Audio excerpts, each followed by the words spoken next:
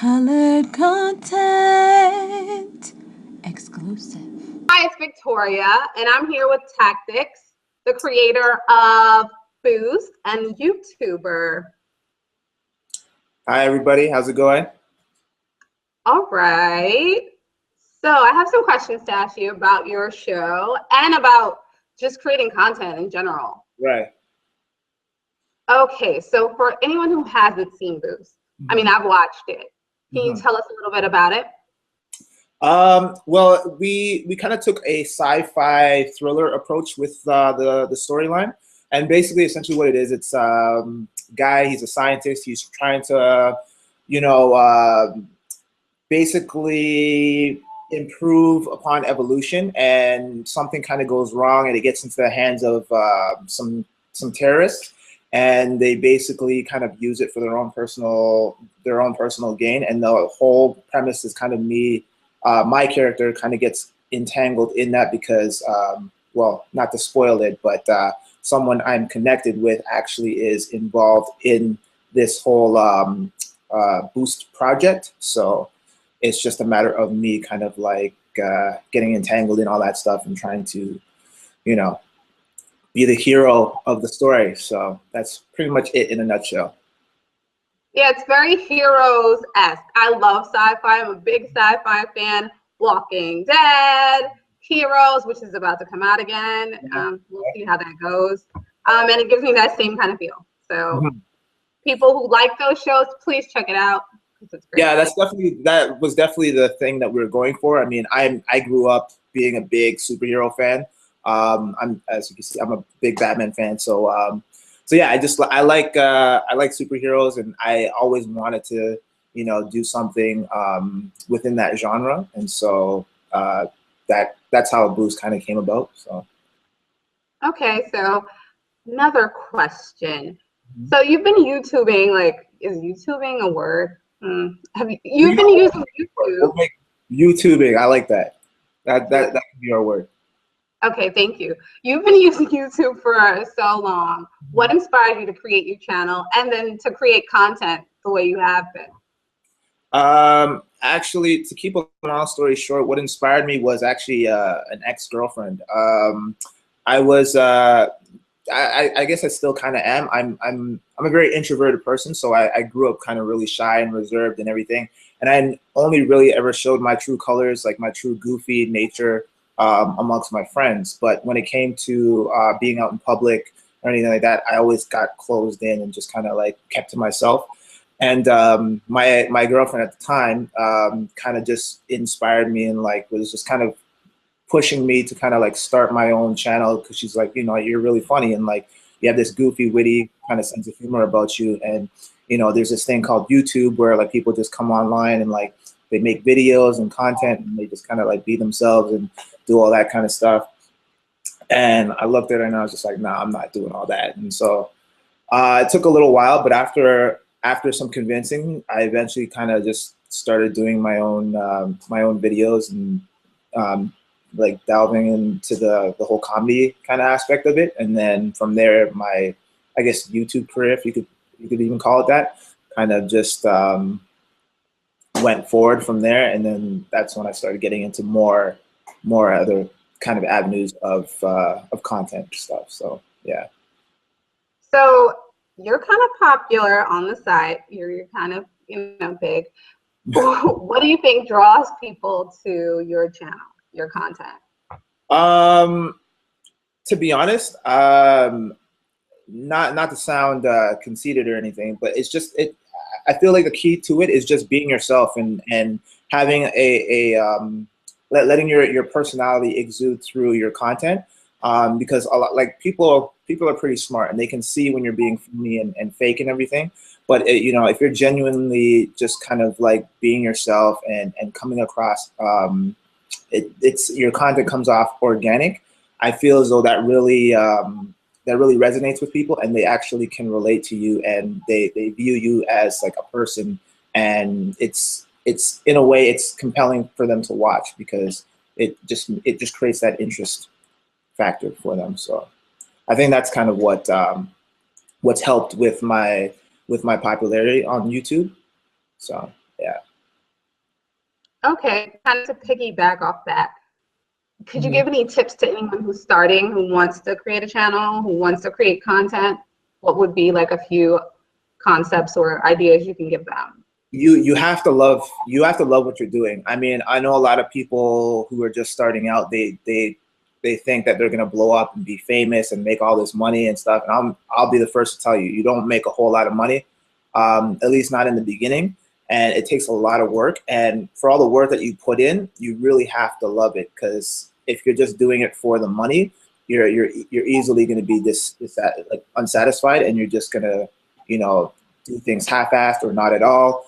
A lot of people don't realize the amount of work that it takes to maintain a channel and keep up with keep up with your audience and entertain them on like a consistent basis, because you can't just make a video one week and then let a couple months go by and then post another video. You know, like people treat this as like for example, if you're watching like The Walking Dead, or or Heroes, or The Flash, or whatever you're into, you know what I mean?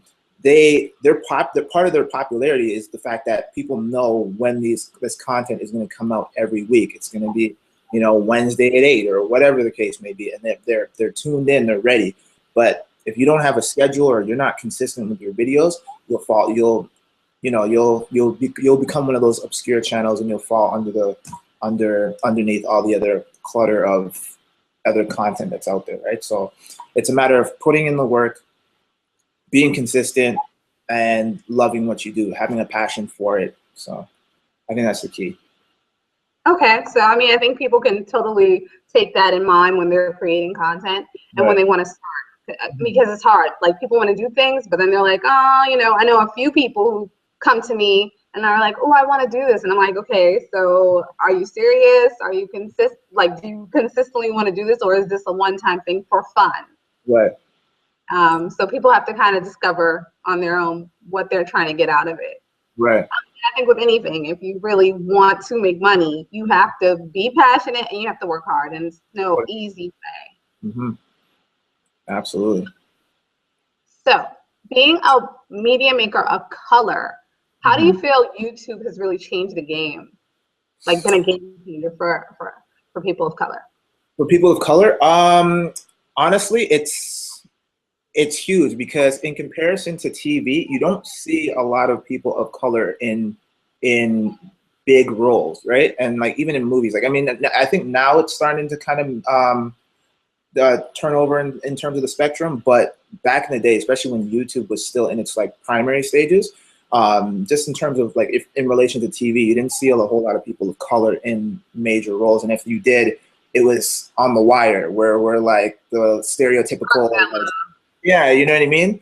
But like now, and this is kind of why I kind of started Boost, because it was just like, how many people of color do you see in superhero roles? You know what I mean? Like, even I just heard the other day how, so not to get too off topic, but just with Idris Elba being cast as the new James Bond, and then everyone, like, there's this big uproar about it. Like, it's just like, oh, he's black, he can't be the new James Bond or whatever. And then another one with the new Fantastic Four movie, which was terrible, by the way. But anyway. Oh, I haven't watched it yet, but yeah, the brother.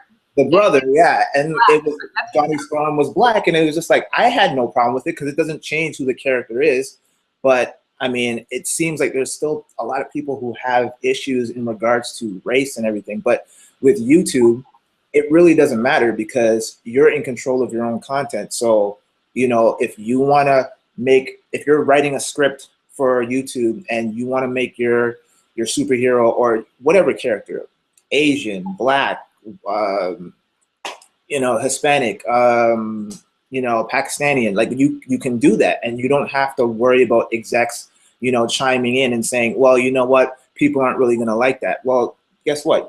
I already have an audience, on YouTube who will like whatever I put out, because that's why they're subscribed to my channel. So whether I want to make it the main character purple, it doesn't matter. You know what I mean? They're still going to watch it, versus, execs coming in and saying, yeah, you know what, like, you can only have a white main character. And there's nothing wrong with that. I mean, but at the same time, it's like, you kind of got to let other, the minorities kind of have their shine and, you know, do their thing, because there's a lot of great talent out there.